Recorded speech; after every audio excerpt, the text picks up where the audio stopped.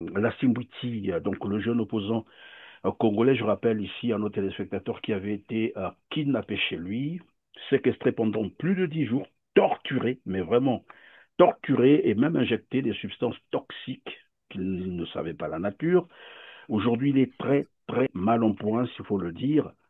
Anatole Coliné Makosso dit, dès lors qu'il ne s'est pas présenté dans un hôpital congolais ou une clinique au Congo-Brazzaville, pour lui, c'est une légende, c'est-à-dire ben voilà, des histoires populaires comme ça qu'on raconte, sans fondement. Je suis préoccupé par cette question parce que tu me la poses après qu'on ait parlé de prière. Mais je vais d'abord terminer avec la prière, Christian. Dimanche dernier, dimanche 10 août, l'Église catholique a organisé une marche à l'attention de la Vierge Marie, parce que vous savez que l'abbé Fulbert lui avait remis notre pays à la Vierge Marie et que le président Denis Sassou Nguesso, semble-t-il, avait également amorcé la même démarche. Mais nous, ce que nous avons constaté de formidable, c'est que cette marche a mobilisé plus de 150 000 personnes. Et ces chrétiens catholiques ont prié pour la paix dans le pays. Ils ont interpellé les gouvernants. Et il faut que les gouvernants soient attentifs à la. Maintenant, pour ce qu'on dit de ce que Anatole Koliniti Oui, sur la Makosso, Simbwiti, pour lui, c'est une légende, comme je je l'ai dit tout serai, à l'heure, c'est-à-dire je serai rare. très court. Je serai très Oui, court. Très court. C'est de la méchanceté. C'est un manque d'humanité.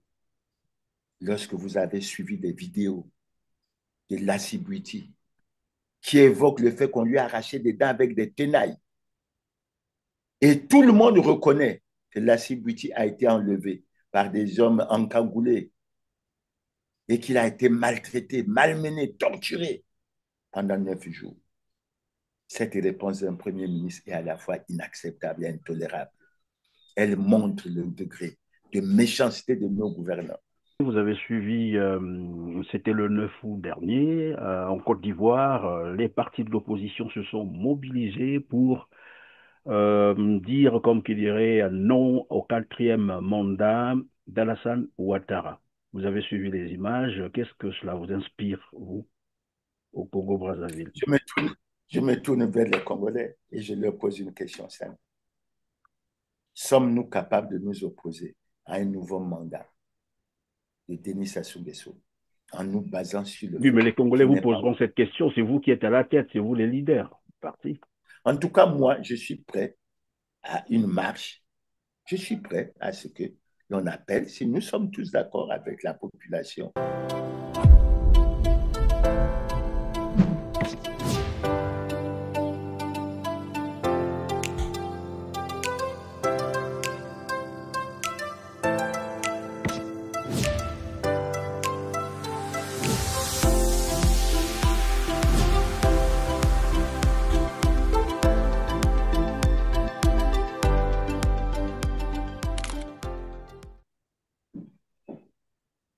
Bonjour Clément Mirassa.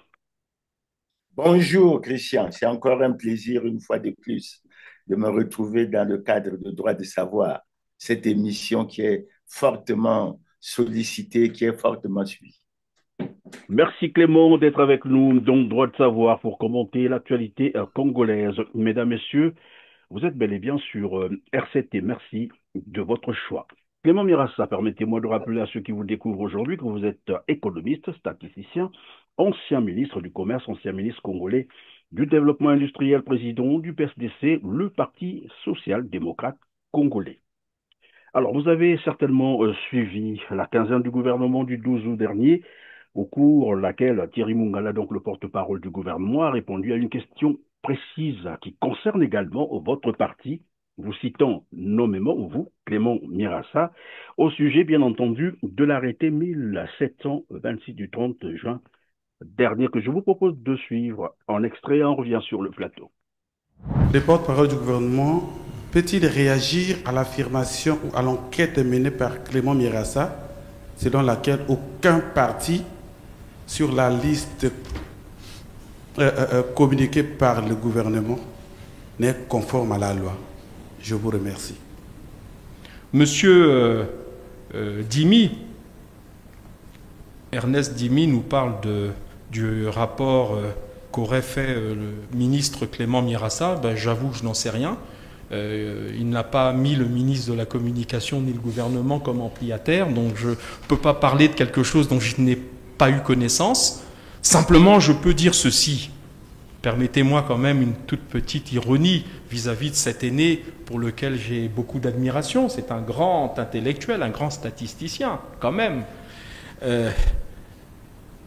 Quand vous êtes confronté à une situation où vous venez d'être mis en difficulté parce que vous n'êtes pas conforme à la loi, parce que le fond du problème, il n'est pas ailleurs, c'est vous n'êtes pas conforme à la loi.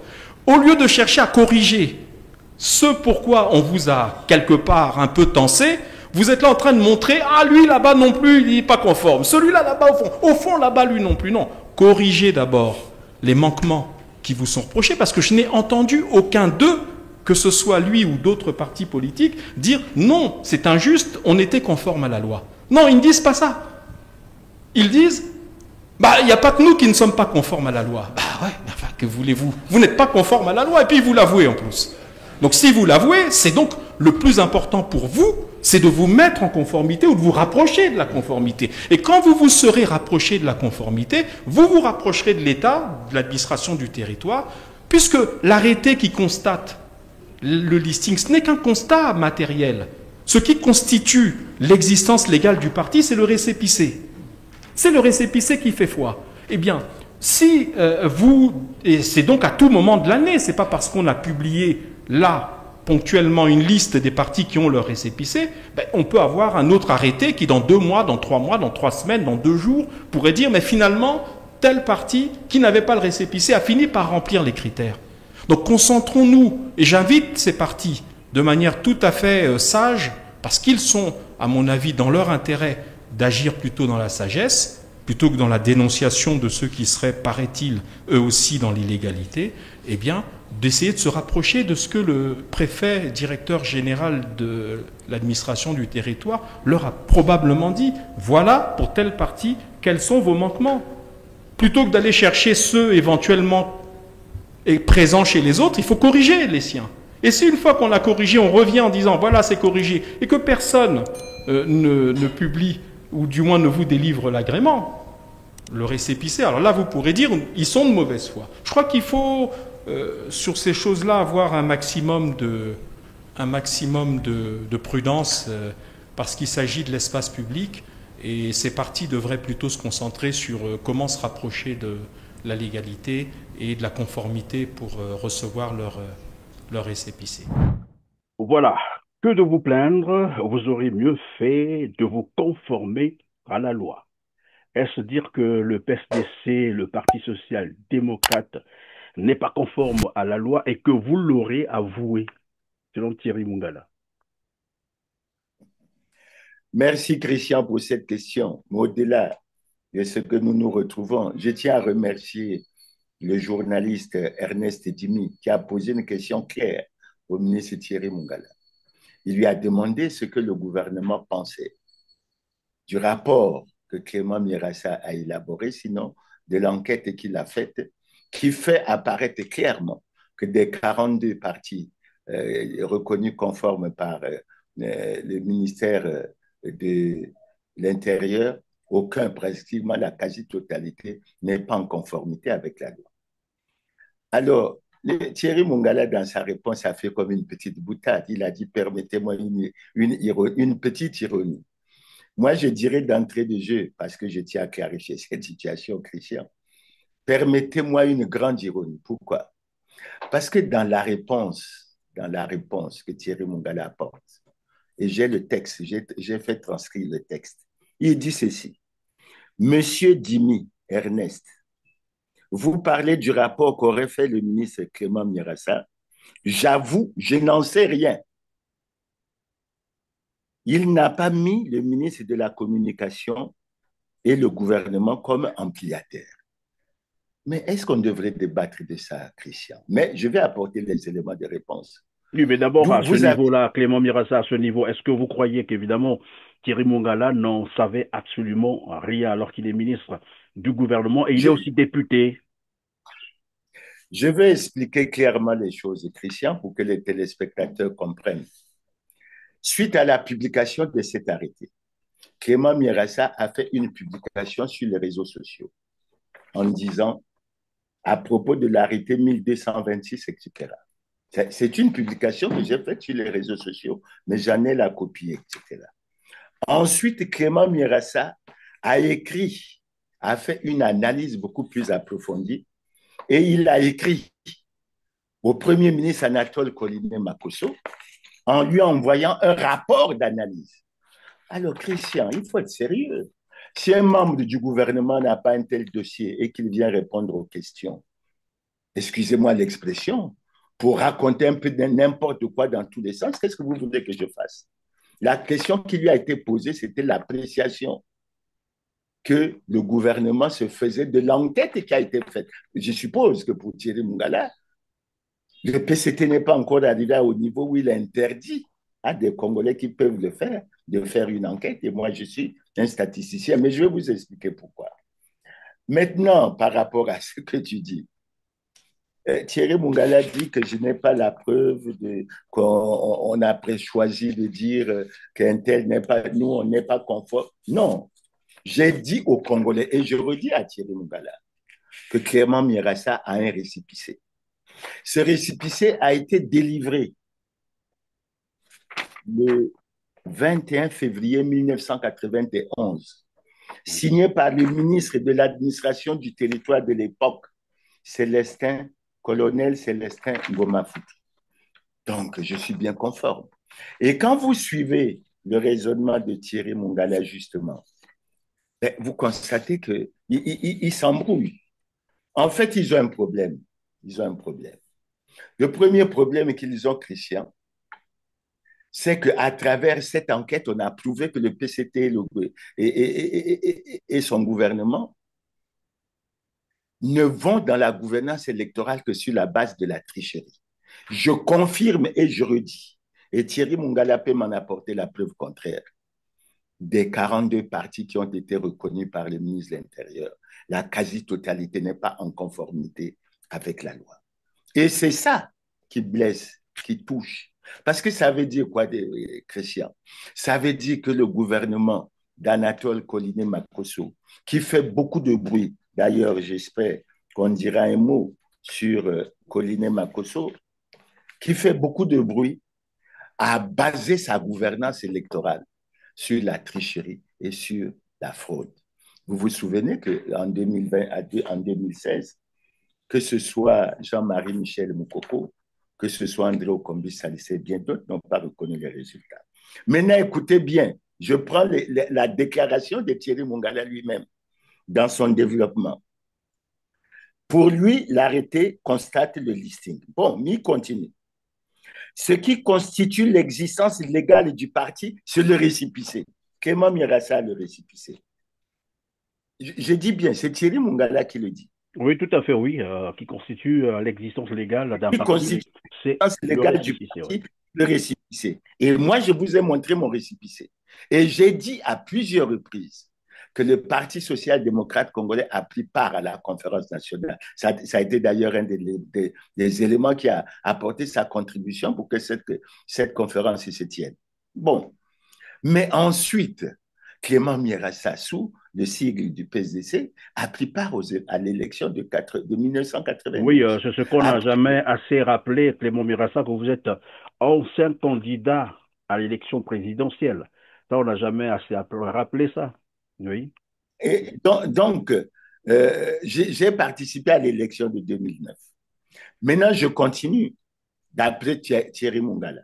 C'est donc à tout moment de l'année, c'est parce que l'on va publier là la liste des partis qui ont leur récépissé. Mais M. Thierry Mungala doit savoir, le gouvernement d'Anatole Colinet-Makosso et le pouvoir de Denis Sassou Nguesso ont perdu toute crédibilité.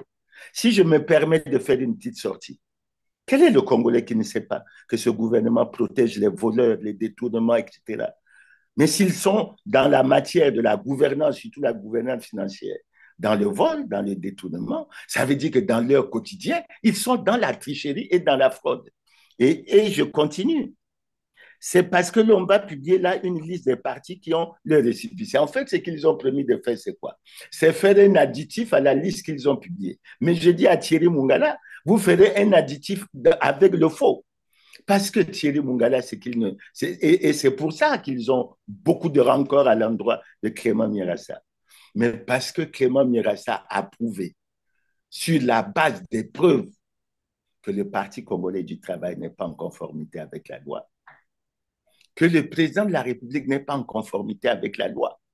Et sur le président de la République, nous y reviendrons, sur la base du droit, pas sur la base de ce qu'ils utilisent. Et ensuite, il dit, on peut avoir un autre arrêté qui, dans 2 mois, ils sont dit en train de préparer un arrêté pour un additif à l'eau. Mais c'est un faux, puisque l'arrêté de base est un faux.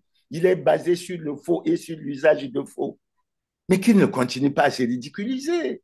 Il faut qu'il se redresse. Maintenant, on va dire tel parti a fini les critères. Mais moi, je dis, quand Thierry Mungala dit qu'ils n'ont pas reconnu, mais moi, j'ai toujours déclaré à travers les émissions. J'ai même dit avec ironie une fois que j'étais au numéro 118 et que le PCT était au numéro 119. Maintenant, le problème de fond, c'est quoi, Christian? Il faut que j'explique aux téléspectateurs. Le problème de fond, et moi, je l'ai perçu le jour où le directeur général de l'administration du territoire nous a invités à une rencontre. Et c'est là que j'ai perçu qu'il fallait faire une enquête parce qu'il y avait le chuchotement de la tricherie et de la fraude. Quand ce directeur général de l'administration du territoire nous reçoit, il dit un certain nombre de choses. Première chose, on n'a jamais pris de texte d'application de cette loi.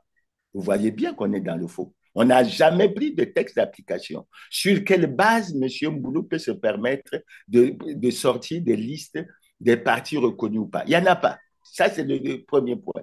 Le deuxième point, Clément Mirassa a intervenu et lui a dit de vive voix, de façon solennelle, puisqu'il y avait beaucoup de partis. J'ai dit, le Congo va mal, très mal, que le président Denis Sassou Nguesso a déclaré que le verre était dans le fruit, qu'il fallait le détruire, que le verre était aussi au niveau du ministère de l'Intérieur et que le malaise était général. Et après, j'ai apporté une conclusion sur laquelle le PCT n'arrive pas, que le PCT n'arrive pas à admettre.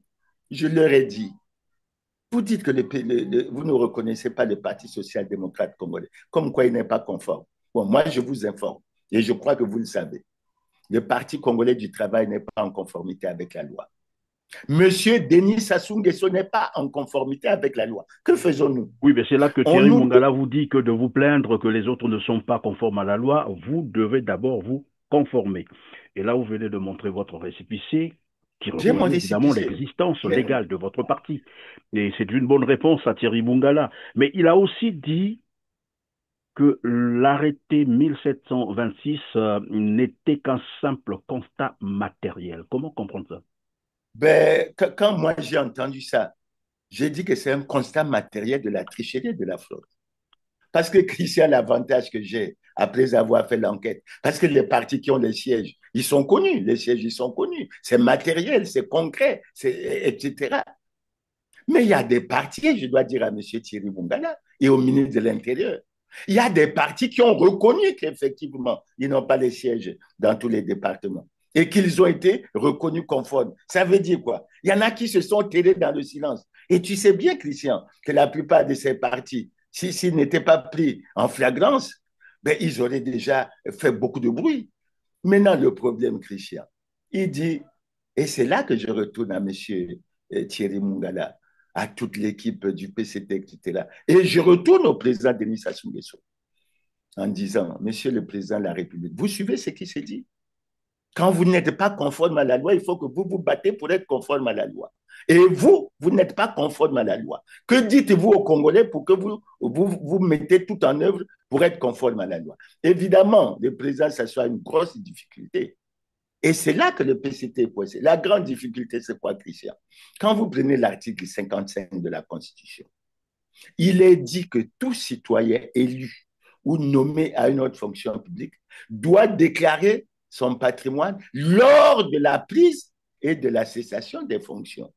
Or, pour ce qui est du mandat qui court, le président de la République a pris fonction en 2021, une nouvelle fois, comme il le fait depuis 2002, il n'a pas déclaré son patrimoine et il faut. Et c'est là, et je retourne également la question à Thierry Mungala, mais c'est depuis 2020 que Clément Mirassa a introduit un recours, puisque Thierry Mungala et Raymond Zéphirin Boulou font partie des 2588 congressistes qui ont violé la Constitution en décembre 2019 lors de leur 5e congrès ordinaire en reconduisant Denis Sassou Nguesso comme membre du comité central du Parti congolais du travail, c'est-à-dire en fait le président du comité central en violation flagrante de la linéa 2 de l'article 80 de la Constitution. Donc Oui, tout mais le problème est Clément là. Mirassa, puisque nous gérons aussi le temps, vous venez d'amorcer presque le deuxième volet. Vous parlez donc de Denis Sassou Nguesso qui n'est pas conforme à la loi, le Parti congolais du travail qui n'est pas conforme à la loi. Les éléments de preuve existent, matériels même, hein, ça existe. Et vous avez d'ailleurs rappelé pourquoi est-ce que Thierry Mungala ne rappellerait pas le PCT à l'ordre, et aussi Denis Sassou Nguesso qui viole la loi constamment. Alors que sur RFI, nous avons tous entendu Anatole Koliné Makosso, le Premier ministre congolais, bien sûr, déclarer que les Congolais, enfin le peuple congolais, réclame la candidature de Denis Sassou Nguesso pour l'élection présidentielle de 2026. Déjà là, il est démontré qu'il n'est pas conforme à la loi, il viole la loi. D'abord, votre commentaire sur ces propos d'Anatole Koliné Makosso. Avant de venir sur les propos d'Anatole Koliné Makosso, parce que les Congolais y accordent beaucoup d'importance, parce que c'est passé sur les défis, n'oubliez pas les propos de Isidore Bouba. Et ce n'est pas la première fois. En tant que président de l'Assemblée nationale, il a clôturé la session de l'Assemblée nationale, je crois, le 13 hier.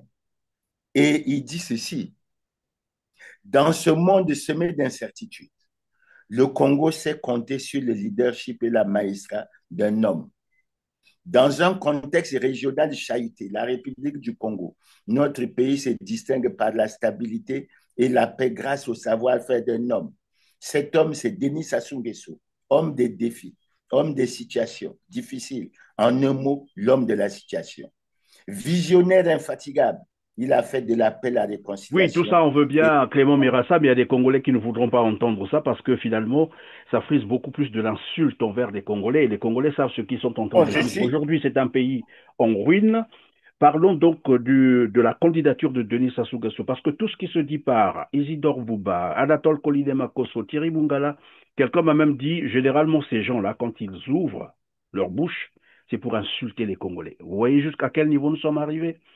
Quand Mvouba dit ça, il sait pourquoi, mais il y a eu une séquence que tout le monde a suivie. Hein. Il a été même, je crois, hué à l'Assemblée nationale ivoirienne. Vous comprenez que même à l'international, tout le monde sait ce qui se passe au Congo-Brazzaville. Alors, la candidature de Denis Sassou Nguesso, puisqu'il n'est pas conforme à la loi, il viole constamment la loi, je l'ai dit tout à l'heure. Pour Anatole Koliné Bakosso, les Congolais veulent de la candidature de Denis Sassou Nguesso. Quel commentaire cela vous aide? les commentaires, ils sont nombreux à faire. Le premier commentaire. Et c'est triste et c'est dommage pour le Congo de voir à la tête des institutions du Congo des personnalités qui soutiennent une candidature hors la loi. La loi doit s'appliquer à tout le monde. Tous les citoyens congolais sont égaux devant la loi. La Constitution n'a pas été faite avec les sacrifices que les Congolais ont connus, les morts, les victimes, les destructions, les dégâts. Mais pourquoi on en arrive là? Denis Sassou, moi j'ai toujours un point de vue. Denis Sassou Nguesso n'est pas en conformité avec la loi. Et je l'ai démontré et je vais continuer à le démontrer plus sérieusement. Premier point, il n'a jamais déclaré son patrimoine depuis 2002. Donc, ce n'est pas un incident, ce n'est pas un oubli. C'est même une vision qui a été préparée parce qu'il n'y avait aucune raison que pendant la transition qui était prévue de 3 ans, qui en a duré 5, on n'ait pas pris un texte, par exemple, d'application de la Constitution pour la déclaration de patrimoine. Et vous savez que ce texte a été pris en 2019 et que malgré tout, la déclaration de patrimoine ne se fait pas. L'autre point, mais les gens du PCT le savent. Le président de la République ne peut pas être président du Parti congolais du travail. Et le président du Parti congolais du travail ne peut pas préparer une élection libre, transparente, démocratique, crédible et apaisée. Il suffit de prendre leur propre déclaration. Alors, voir comme ça le premier ministre d'un gouvernement, le président de l'Assemblée, qui eux-mêmes violent les lois, donc ne sont pas en conformité avec la loi, venir soutenir publiquement, il s'agit, et je l'ai dit, d'un coup d'État constitutionnel. Il s'agit d'un coup d'État électoral. Et je suis triste en plus, pourquoi? Mais parce qu'au-delà de ça, ces gens qui ne respectent pas la loi, qui ne veulent pas d'une élection libre, très démocratique, hein. Qu'est-ce que je vois sur les réseaux sociaux? C'est le ministre Mboulou qui prie, qui fait publier une note pour appeler à la prière. Mais la paix dans le pays suppose qu'il respecte les lois. Ce n'est pas lorsque le ministre Mboulou reconnaît des partis qui ne sont pas conformes à la loi qu'il travaille pour la paix. Qu'est-ce qu'il attend des Congolais? Jusque quand vont-ils continuer à se moquer des Congolais?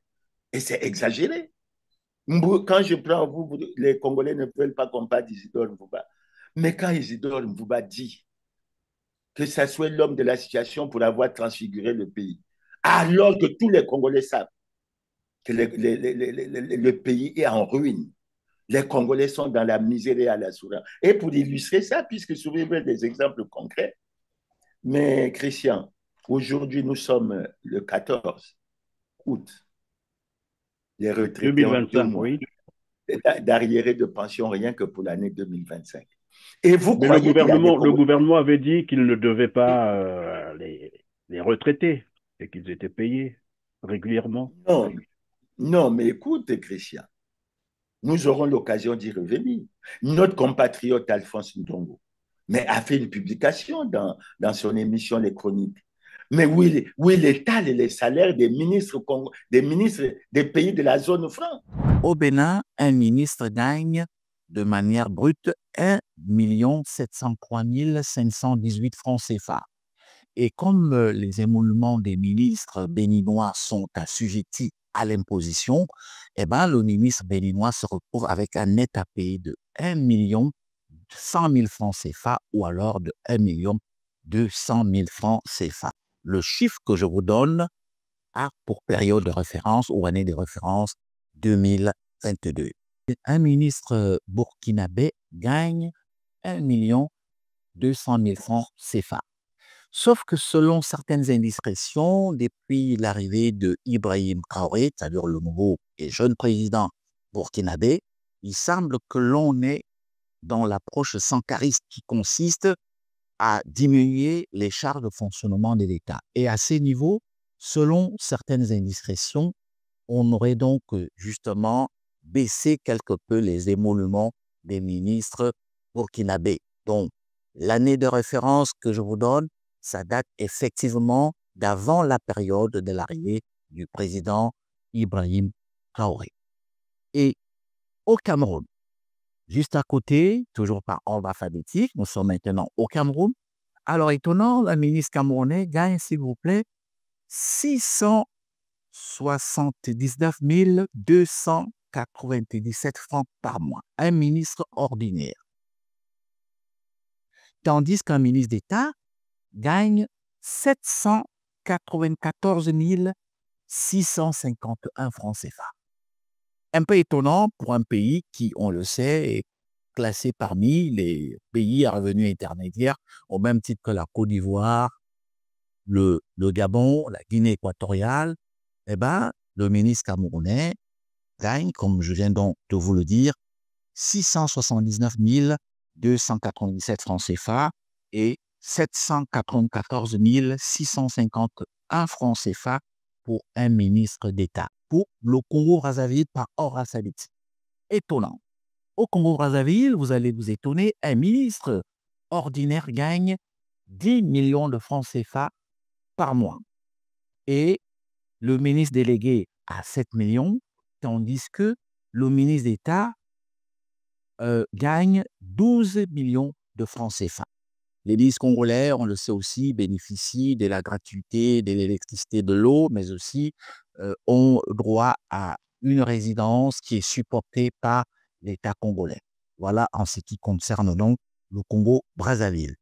La Côte d'Ivoire, qui est donc la première puissance économique actuellement de la zone CFA, la Côte d'Ivoire, un ministre ivoirien ordinaire gagne 5 millions de francs CFA, tandis que le ministre d'État en gagne 6 millions 500 millions de francs CFA.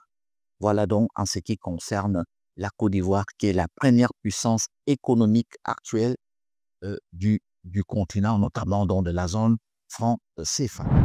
Et le Congo est le pays où les ministres sont les mieux payés. Je ne parle pas d'un ministre d'État. Un ministre simple au Congo gagnerait, semble-t-il, je ne sais pas, 10 millions. Et les ministres ivoiriens, avec le niveau de développement qu'a la Côte d'Ivoire, les ministres ivoiriens gagnent 5 millions. Et il y a des pays où des ministres gagnent 600 000 francs, ils gagnent 700 000 francs. Et au Congo, non seulement ils gagnent cet argent, ils se moquent des Congolais, ils ne poursuivent pas les détourneurs et les voleurs. Peut-être qu'ils sont dans le lot, je n'en sais rien. C'est beaucoup trop d'argent, c'est même plus que les salaires de certains présidents des pays pourtant puissants, démocratiquement puissants. Je parle de la France, des États-Unis, voilà. Et chez nous, nous avons des ministres qui gagnent des salaires beaucoup plus costauds que ces présidents. Alors, j'ai suivi sur, je crois, la toile, après, il faut peut-être authentifier, apparemment, l'Assemblée nationale du Congo est en train de statuer sur la réduction du train de vie de l'État, c'est ça? Christian, le bon signal, et beaucoup de pays, le Ghana est en train de donner le signal, le bon geste des gouvernants dans un pays sérieux qui veut de la réduction du train de vie de l'État, c'est la réduction significative des salaires des ministres. Et quand vous avez un pays comme le Congo, où les ministres gagnent 12 millions, 2 à 3 fois que les ministres ivoiriens, que les ministres gabonais ou d'autres choses, parfois 10 à 20 fois ce que certains ministres dans certains pays gagnent. Prenez le Burkina Faso, etc. Les salaires au Burkina Faso, ils tournent autour d'1 million, 1,2 million pour un ministre. Donc, un ministre congolais gagnerait 10 fois. Non, il n'y a pas la volonté pour réduire les trains de vie de l'État. Mais regardez le style. Regardez le style de vie. Regardez ce qui se passe. Quand vous prenez la délégation de Colline Makosso, même s'il va défendre la candidature de notre compatriote Matoko, vous croyez qu'il avait besoin d'une délégation de 20 personnes? C'est vraiment la composition de la délégation d'un pays qui est en crise, comme le Congo, où les retraités, les étudiants, les travailleurs de beaucoup de structures n'ont pas de salaire. Et oui, non, ce n'est pas sérieux. Et il parle de la réduction des trains de vie pour l'appliquer quand? Dans le budget de 2026, qui sera nécessairement retouché par le gouvernement qui sera élu en mars. Non, je crois qu'il faut être sérieux. C'est de la rigolade, Christian. Alors moi, je voulais revenir, évidemment, nous parlions tout à l'heure de ces propos tenus par Anatole Collier-Makosso sur RFI, qui disait que les Congolais réclament la candidature de Denis Sassou Nguesso. Après, nous avions donc cette circulaire de Raymond Zéphirine-Boulou, le ministre de l'Intérieur, qui demande aux églises d'organiser des campagnes de prière dans les stades en présence des autorités. Bon, on n'a pas précisé autorités civiles, militaires, policières, bon, voilà, administratives, politiques, on ne sait pas, mais les autorités. Qu'est-ce que cela peut présager, selon vous? Christian, je suis un chrétien.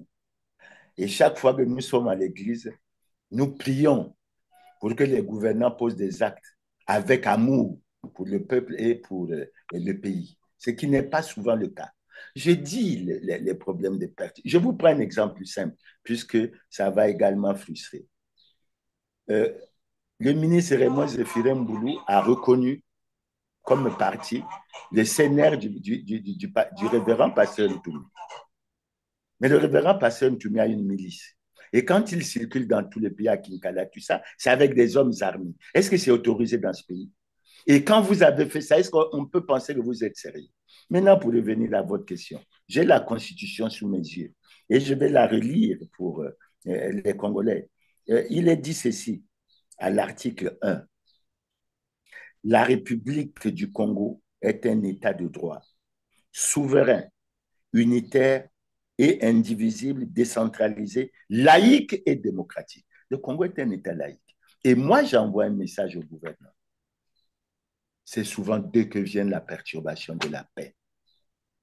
Nous prions pour la paix, nous adressons à Dieu, mais nous nous adressons aux gouvernants, qu'ils arrêtent la tricherie, les magouilles dans les élections, qu'ils arrêtent de faire voter la force publique avant les autres, parce que c'est des techniques qui ont été mises en place, qu'ils mettent en place une commission électorale véritablement indépendante, qu'on aille les listes électorales qu'on veut aller à la révision. Eux-mêmes, ils ont déjà reconnu que ça ne règle pas le problème de la maîtrise du corps électoral. Donc, ça ne règle pas le problème de l'élaboration des listes. D'ailleurs, les Congolais le savent.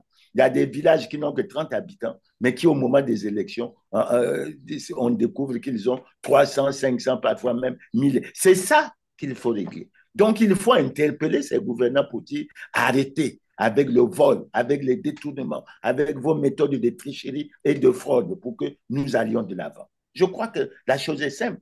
Il ne faut pas demander. Dieu a dit aide-toi, Dieu t'aidera. Mais si vous ne faites rien, si vous-même vous êtes dans le faux, si vous êtes dans le vol, qu'est-ce que vous allez demander à Dieu? Qu'il vous favorise dans le vol. Mais Dieu ne vous favorisera jamais dans le vol. Voilà, Christian, ce que je peux dire. Évidemment, c'est dans le contexte de crise totale, il faut le dire comme ça. Les Congolais manquent de tout ou presque.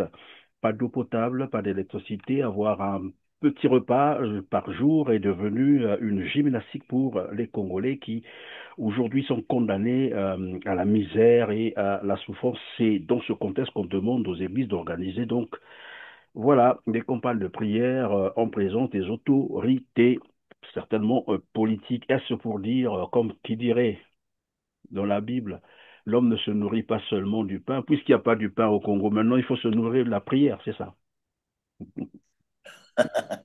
Ben, la prière chez nous, les chrétiens, elle est quotidienne, elle est permanente, etc.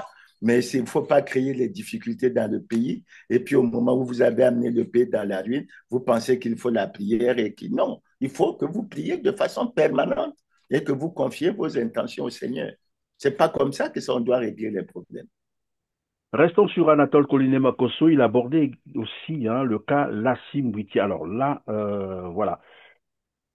Bon, après, je peux me tromper, c'est des propos qui ont choqué tous les Congolais. Ils pensent que, bon, dès lors que Lassim Witi, donc le jeune opposant congolais, je rappelle ici à nos téléspectateurs, qui avait été kidnappé chez lui, séquestré pendant plus de 10 jours, torturé, mais vraiment torturé et même injecté des substances toxiques qu'il ne savait pas la nature. Aujourd'hui, il est très, très mal en point, s'il faut le dire. Anatole Koliné-Makosso dit, dès lors qu'il ne s'est pas présenté dans un hôpital congolais ou une clinique au Congo-Brazzaville, pour lui, c'est une légende, c'est-à-dire voilà, des histoires populaires comme ça qu'on raconte, sans fondement. Je suis préoccupé par cette question parce que tu me la poses après qu'on ait parlé de prière. Mais je vais d'abord terminer avec la prière, Christian. Dimanche dernier, dimanche 10 août, l'Église catholique a organisé une marche à l'attention de la Vierge Marie, parce que vous savez que l'abbé Fulbert lui avait remis notre pays à la Vierge Marie et que le président Denis Sassou Nguesso, semble-t-il, avait également amorcé la même démarche. Mais nous, ce que nous avons constaté de formidable, c'est que cette marche a mobilisé plus de 150 000 personnes. Et ces chrétiens catholiques ont prié pour la paix dans le pays. Ils ont interpellé les gouvernants. Et il faut que les gouvernants soient attentifs à la. Maintenant, pour ce qu'on dit de ce que Anatole Koliné dit, Oui, sur la Simbwiti, pour lui, c'est une légende, comme je je l'ai dit serai, tout à l'heure, c'est-à-dire. je serai très court. Je serai très Oui. court. Très court. C'est de la méchanceté. C'est un manque d'humanité. Lorsque vous avez suivi des vidéos de Lassie Bouiti qui évoquent le fait qu'on lui a arraché des dents avec des tenailles, et tout le monde reconnaît que Lassie Bouiti a été enlevé par des hommes encagoulés et qu'il a été maltraité, malmené, torturé pendant 9 jours. Cette réponse d'un Premier ministre est à la fois inacceptable et intolérable. Elle montre le degré de méchanceté de nos gouvernants, de l'amour qu'ils ont de voir les Congolais souffrir. Et en plus, non seulement de faire souffrir les Congolais, mais de ne rien faire. Et je rappelle au Premier ministre que l'article 15 de la Constitution dit ceci. Tous les citoyens congolais sont égaux devant la loi et ils ont droit à la protection de l'État. Mais quand, comme responsable de cet État, on a des personnalités comme Colline Makosso, ça se passe de commentaires. Ça se passe de commentaires. C'est véritablement inacceptable et intolérable. Mais il faut que Colline Makosso sache que présentement, notre parent, notre frère, Lassi Bouti, est en train de souffrir et il vit une situation extrêmement difficile. Et c'est dommage que le Premier ministre du Congo puisse réagir comme ça, alors qu'il devait mener les démarches pour apporter des solutions et sortir Lassi Bouti de cette situation extrêmement grave et extrêmement critique. Je n'ai pas d'autres commentaires à faire. Voilà, mais cela peut s'apparenter aussi à un aveu de crime, hein, ce que Anatole Collinet Makosso vient de faire. Rien que ses propos, on peut comprendre qu'évidemment, il est complice de ce crime, il sait ce qui s'est passé et il avoue, voilà, demi-mot, comme qui dirait. Il n'est pas son premier déni de crime. Vous vous rappelez de son livre intitulé L'affaire des disparus du beach de Brazzaville, mise au point pour l'histoire. Dans ce livre, Anatole Collinet Makosso en fait, nier les crimes, les massacres au beach que tout le monde connaît, alors que même le procès est en cours, je crois, à Paris, a été relancé à Paris. Tout le monde sait qu'il y a eu des massacres, qu'il y avait eu des massacres au beach, mais pour Anatole Collinet Makosso, comme il les appelle, des vrais faux disparus du beach. Je crois que c'est encore une fois inacceptable d'entendre ce genre de propos d'un gouvernant ou des écrits ou quoi. Pourquoi, Christian? Si je me Anatole base Collinet, sur... hein, pendant que vous êtes en train de répondre, je vais repréciser le titre pour ceux qui voudront aller lire ce livre. C'est un livre d'Anatole Collinet Makosso, L'affaire des disparus du beach, mise au point pour l'histoire. Dans ce livre, il parle des vrais faux disparus du beach. C'est un déni de crime contre l'humanité. Et Oui, donc, vous disiez. mais Jean, mon commentaire est très court, Christian. Je rappelle qu'il y a eu un procès à Brazzaville. Et ce procès est arrivé à une conclusion terrifiante, laquelle, en une phrase, il y a eu au Congo des crimes sans auteur. Et une mission des Nations Unies a recommandé aux autorités congolaises de poursuivre les enquêtes pour qu'on arrive finalement à établir la vérité. Mais, Christian, ce qui me choque quand on écrit ce genre de choses, je reviens sur un problème, lorsqu'il s'agit surtout des membres dirigeants du Parti congolais du travail, un problème qui touche à notre histoire. Je l'aborderai d'ailleurs sous deux volets. Le premier volet, c'est l'aspect du président Marien Ngouabi, président fondateur du Parti congolais du travail, qui a été assassiné le 18 mars 1977 et pour lequel, selon la version officielle, il aurait été tué l'arme à la main devant le perron ou au perron de sa résidence, etc. Mais nous sommes allés à la conférence nationale. Il y a eu des témoignages très poignants qui ont donné aux gens comme nous autres la chair de poule. Je me rappelle de ces témoignages très forts du défunt docteur Koukabemba, qui nous a révélé qu'on avait coupé la carotide au président Marien Ngouabi. Quelle mort atroce. Et il m'arrive de me poser la question, mais pourquoi les militants du PCT sont silencieux sur cette situation? Il s'agit quand même du président fondateur du parti. Pourquoi ne cherche-t-il pas des... C'est pour ça quand on parle de disparus, mais j'ajouterai avant de terminer notre, nous pouvons parler de la mort du président Alphonse Massamba Deba. Et nous sommes en train de fêter le 65e anniversaire de notre indépendance. Et le président Massamba Deba est l'un des pères de l'indépendance du Congo. Mais Christian, il n'a pas de sépulture. Est-ce normal? Donc, il faut que nous nous interrogions sur ces questions. Il faut bien qu'un jour, nous dépassions et que nous allions à une véritable réconciliation. Donc, ils sont en train de tergiverser, etc. Le fond, c'est que nous avons de graves problèmes de réconciliation nationale. Et il faut que ce dossier soit un jour ouvert et que nous le remettons sur la table. Voilà, Christian, ce que je peux dire là-dessus. Merci Clément Mirassa. On va terminer avec ce dernier volet. Vous avez suivi, c'était le 9 août dernier, en Côte d'Ivoire. Les partis de l'opposition se sont mobilisés pour dire, comme qui dirait, non au 4e mandat d'Alassane Ouattara. Vous avez suivi les images. Qu'est-ce que cela vous inspire, vous, au Congo-Brazzaville? Je me tourne vers les Congolais et je leur pose une question simple. Sommes-nous capables de nous opposer à un nouveau mandat de Denis Sassou Nguesso en nous basant sur le... Oui, mais les Congolais vous poseront cette question. C'est vous qui êtes à la tête, c'est vous les leaders du parti. Mais nous les interpellons pour que nous soyons tous en harmonie. Si nous voulons, c'est la volonté du peuple, puisque la Constitution du 25 octobre 2015 nous donne la possibilité de manifestation. Vous dites bien qu'il y a eu une marche. Est-ce qu'au Congo, et vous avez bien vu qu'en Côte d'Ivoire, la marche a été encadrée par la force publique. Donc la force publique a donné la preuve de son caractère apolitique. Mais lorsqu'ici, il y a eu des vidéos qui ont été faites pour dire que le 10 juillet, il allait avoir une marche pour la misère des Congolais. Mais on ne vous a pas parlé de la manière dont Brazzaville était quadrillé, tous les ronds-points étaient quadrillés par des engins. Donc on ne veut même pas autoriser la moindre masse. C'est pour ça que je dis qu'il faut que nous nous armons de courage. En tout cas, moi, je suis prêt à une marche. Je suis prêt à ce que l'on appelle, si nous sommes tous d'accord avec la population. C'est-à-dire le rassemblement des forces du changement. Le rassemblement.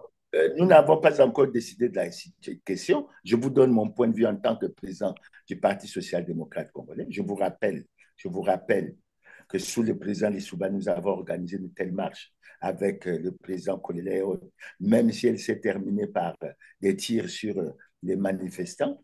Vous avez vu ce grand meeting que l'URDPCT a organisé avec le président Sassou en novembre 1992. Ce genre de manifestation devrait être autorisé.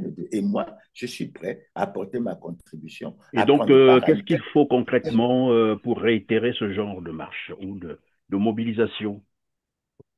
Pour réitérer, il faut que la population sorte de la peur. 2, parce que c'est souvent, vous avez vu vous-même, je crois que vous avez été témoin, lorsque la manifestation nous a été autorisée à Pointe-Noire en 2015, je crois, 2015, oui, vous avez vu comment elle s'est terminée. Vous avez vu le nombre de victimes qu'il y a eu à Pointe-Noire. Cette manifestation a été autorisée. Mais c'est la force publique qui a tiré sur les citoyens. Et vous avez vu, puisque vous avez vécu à Pointe-Noire, lorsque notre délégation a voulu quitter Pointe-Noire pour se rendre à Dolisie, vous avez vu comment on nous a barré la route à Mengo et on est venu nous apprendre qu'il y avait déjà des mandats d'arrêt qui devaient nous conduire à la maison d'arrêt. Donc, il y a un certain nombre de choses, de conditions. Oui, d'ailleurs, pendant que vous le dites, je vais proposer, ce sont des archives à nos téléspectateurs et on revient sur le plateau.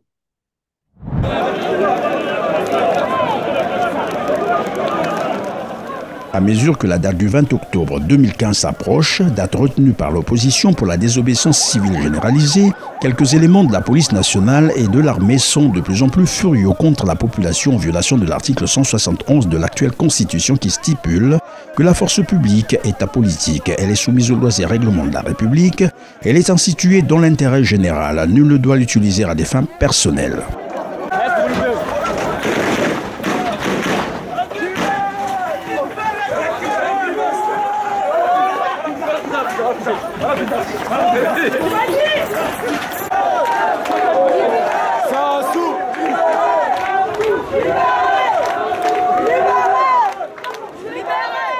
C'est malheureusement tout le contraire de cet article qui s'est encore produit ce matin au péage de Mengo et au carrefour de Vonvon.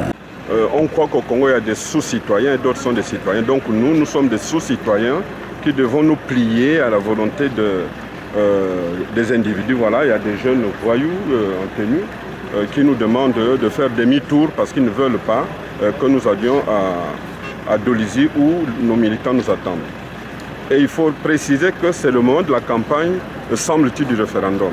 Quand bien même nous ne sommes pas d'accord qu'il y ait référendum, mais au moins c'est le moment de la campagne. Il n'y a pas de raison qu'on nous empêche de partir à Dolisie jusqu'à nous menacer avec des armes. Vous voyez comment ils sont armés jusqu'aux dents contre un peuple qui n'a rien en main. Nous sommes ici dans un quartier nord de Pointe-Noire, Puiko.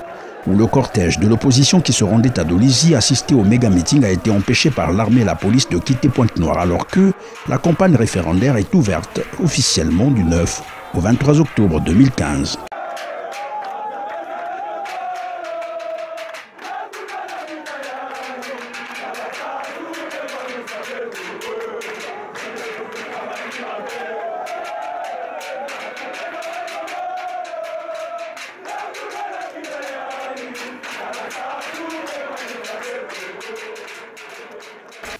Pour comprendre les motivations de l'armée et de la police, il a fallu attendre au moins 2 heures, parce que c'est au niveau du carrefour Vanvan qu'un émissaire du parquet vient brandir une instruction du procureur de la République, David Oseke, ordonnant à la région de gendarmerie et à la direction départementale de la police de Pointe-Noire et du Kwilu d'interpeller les opposants et d'ouvrir sans délai une enquête sur les incidents qui se sont produits samedi 17 octobre au méga-meeting à la place de la République. Incident pourtant, on le sait plus ou moins, créé par les éléments de la force publique qui ont tiré à balles réelles sur la foule venue manifester pacifiquement. La population, informée de bouche à oreille, a investi les lieux pour soutenir leur leader. Une mobilisation spontanée que l'armée et la police n'ont pu contenir. Les tirs ont éclaté, la population s'est plutôt montrée pacifique dans sa résistance.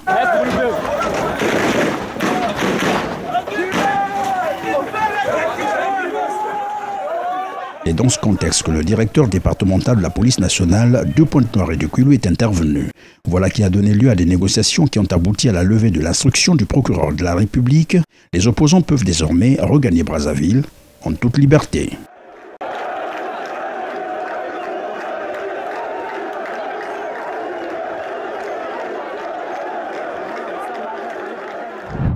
Alors Clément Mirassa, est-ce pour autant cela vous effraie et que vous ne pouvez plus réitérer ce genre de manifestation, de mobilisation parce que vous craignez que la police soit derrière vous ou bien les miliciens, j'allais dire. Mais en tant que rassemblement des forces de changement, nous y sommes engagés. Parce que nous parlons bien de marche pacifique encadrée par la force publique. Il n'y a aucun problème. Je ne sais pas pourquoi au Congo, lorsqu'on en parle, mais dans les autres pays, ce sont des marches qui sont autorisées, qui sont encadrées, qui sont même souhaitées. Donc, en ce qui nous concerne, parce que je l'ai dit pourquoi, Christian, il faut que les Congolais le sachent assez souvent. Lorsqu'on a tenté d'organiser ce genre de manifestation, la question qui nous a été posée, est-ce que vous avez l'autorisation des autorités? S'il s'agit dans un premier temps de franchir cette démarche, nous la ferons. Mais la société civile a voulu organiser une fois une marche, je crois, en plein Brazzaville pour la libération de Jean-Marie Michel Moukoko et André Kombi Salissa. Mais non seulement la marche n'a pas eu lieu, mais toute la ville était occupée par des engins militaires, par des engins. Alors, c'est du côté des gouvernants qu'on doit dire respecter les lois et les règlements de la République. Et parmi ces lois, il y a le droit, etc. Maintenant, la question qui se pose généralement, c'est que faisons-nous lorsqu'on n'a pas l'autorisation des autorités? C'est cette question. Oui, mais on vous dira que la liberté s'arrache. Ça se donne pas sur un plateau d'argent. La liberté s'arrache. Mais c'est en ce moment qu'on devra prendre des décisions que nous devrons pouvoir assumer. Et nous parlions tout à l'heure de l'arrêté 1726 où tout le monde croyait que les partis étaient interdits, bien sûr, d'activité. Vous avez rencontré le directeur général de l'administration du territoire qui vous a dit que ce n'était pas une sanction. Thierry Mongala vient ajouter pour dire que ce n'était qu'un constat matériel. Qu'est-ce qui fait et qu'est-ce qui explique que les partis de l'opposition que vous incarnez ne soient pas actifs sur le terrain? Mais parce qu'il y a de l'hypocrisie dans ce qui s'est dit. Entre les déclarations de Thierry Mongala et entre ce qui s'est dit, il y a tout un paradoxe. C'est pas franc, c'est pas sincère. Je n'ai pas encore relancé la procédure, mais je vous ai parlé de la procédure que nous avions lancée à une époque pour faire une descente à Madibou. Mais l'administration nous a tourné en dérision et puis finalement, nous avons appris. Et c'est ça qui était dangereux, qu'aucune disposition de sécurité n'était prise. Ça veut dire quoi? Ça peut dire qu'on peut créer comme à l'époque avec Paulin Makaya, des incidents, tout ça, pour dire que oui, c'est des troubles à l'ordre public. Nous voulons à un moment donné être républicains. Nous voulons à un moment respecter les lois et règlements de la République. Mais je sais, je comprends l'interpellation, mais ça sera à nous, notamment au niveau du Rassemblement des forces du changement, d'apprécier la situation pour que nous avancions. Et je vous rappelle, peut-être que les Congolais ne le savent pas, dans le cadre de l'arrêté 1726-MID-CAB du 30 juin 2025, le Rassemblement des forces du changement a introduit auprès du ministre de l'Intérieur un recours administratif préalable. Et nous sommes en train d'attendre les réponses pour que, et j'ose espérer, puisque j'entends dire qu'ils sont en train de préparer une liste, mais vous savez bien que le PCT n'est pas en conformité avec la loi. Donc, dès que dans une liste, il y a le PCT, c'est que tout est faussé. Mais nous avons mené la démarche et nous attendons les résultats. Merci Clément Mirassa d'avoir été encore avec nous. Donc, droit de savoir, c'est la fin de cette émission. Je vous laisse conclure. Non, je dirais quelques mots. Le premier, enfin, la première adresse, je l'adresserai au ministre Thierry Mongala. Clément Mirassa a travaillé à mener une enquête sur la situation des partis, les sièges ou quoi, la conformité des partis à la loi. Nous avons fait 2 publications, une qui a été directement publiée sur Internet et une autre que nous avons adressée. Nous avons fait une analyse un peu plus approfondie. Nous l'avons adressée au Premier ministre chef du gouvernement avec ampliation au ministre de l'Intérieur. Parce que nous sommes dans la transparence. Nous attendons la réaction parce que, Christian, ce que je tenais à dire par rapport à ce courrier, c'est que nous avons demandé 2 choses. On a demandé 2 choses. La première chose, nous basant sur le fait que les gouvernants ont utilisé le faux et l'usage de faux, c'est le retrait de l'arrêté 1726, etc.